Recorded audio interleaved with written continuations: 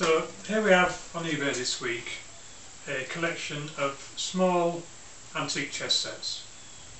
They are all in the European style, and I want to start with this small travel set. The box is wood, the board is inlaid with bone, all hand cut squares, handmade, very nice early little catch on there on the board, and these pieces are bone. The knights are very simply cut and marked as befits a fairly small and cheaply made travel set.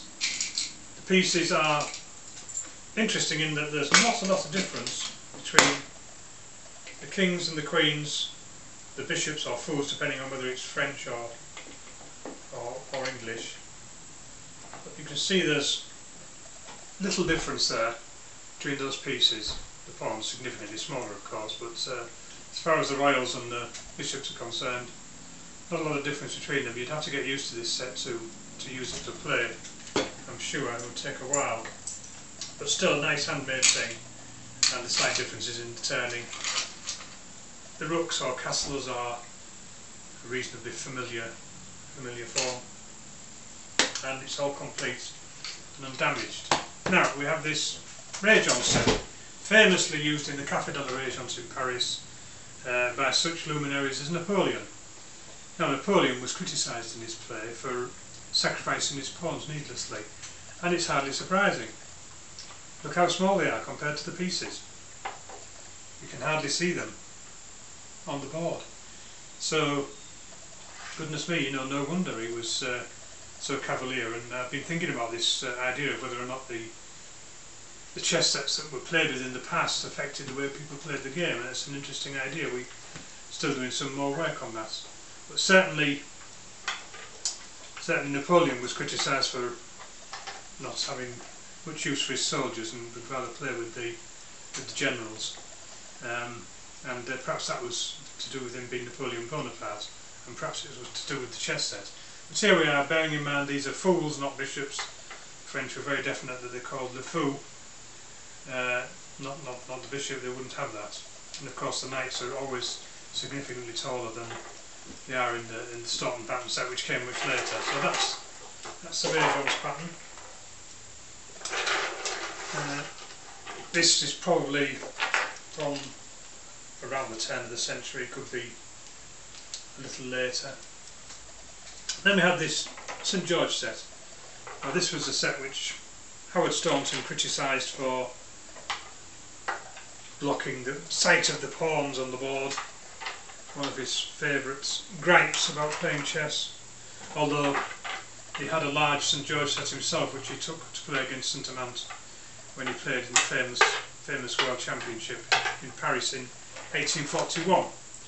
So he wasn't entirely against having a St George set until he was being paid to promote the Staunton pattern set in 1849 and afterwards.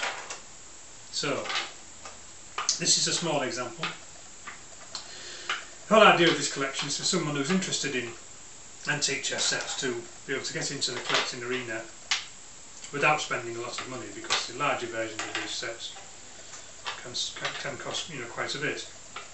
So there we are, playing a fairly standard opening. Did the openings that were played with these sets, the open games, which allowed you a better field of view of the board rather than the more popular closed games, Queen's Gambit and so on. Was it something to do with the shape of the pieces or not? But anyway, they're all very interesting.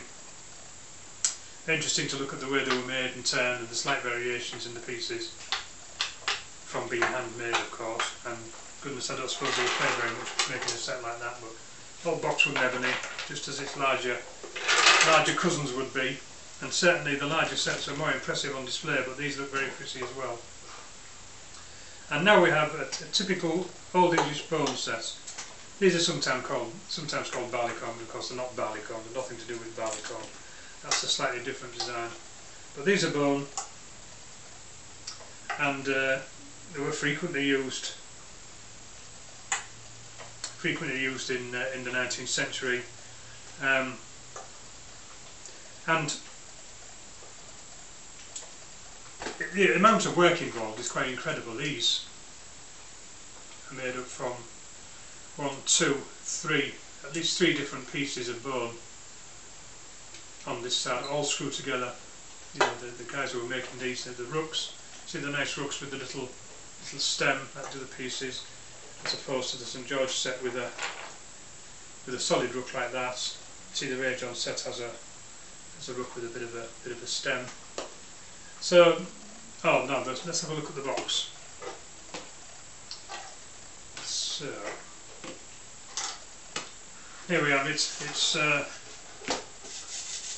inlaid wood, and it's got ebony stringing in between the squares, so quite an elaborately made thing. This is just something to do with the grain of the wood. I don't think it's particularly damaged. And inside it would have been a pair of backgammon tables with a block printed pattern here and these hand painted points for the counters. I don't have counters for this, but again, this, looking at the fittings, it's probably 10th century, perhaps 1920. So there we are, 4 sets, not expensive, but each one a good example of its type. Thank you.